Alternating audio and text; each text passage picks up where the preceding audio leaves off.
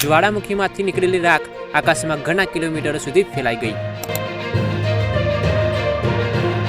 આકાશમાં ફેલાયેલો રાખનો ગુબ્બારો એટલો મોટો છે કે ઘણી આંતરરાષ્ટ્રીય ફ્લાઇટ્સ રદ કરવામાં આવી છે।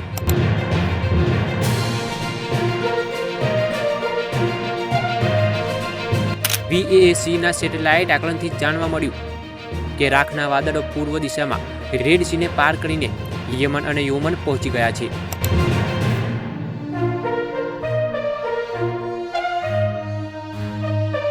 જોકે હાલ જ્વાળામુખી શાંત થતો દેખાઈ રહ્યો છે, પરંતુ નિષ્ણાતોનું કહેવું છે કે શિલ્ડ વોલ્કેનોમાં શરૂઆતના વિસ્ફોટ પછી ક્યારેક ફરીથી પણ ધડાકા થઈ શકે છે।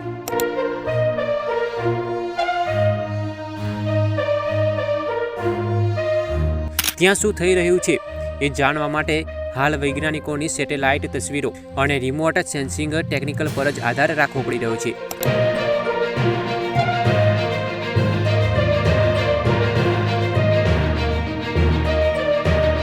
મિત્રો, આગળના સમાચાર જાણવા આપણી ચેનલ સાથે જોડાયેલા રહો। ચેનલને સબસ્ક્રાઇબ કરો અને વિડીયોને એક લાઇક કરો। ધન્યવાદ।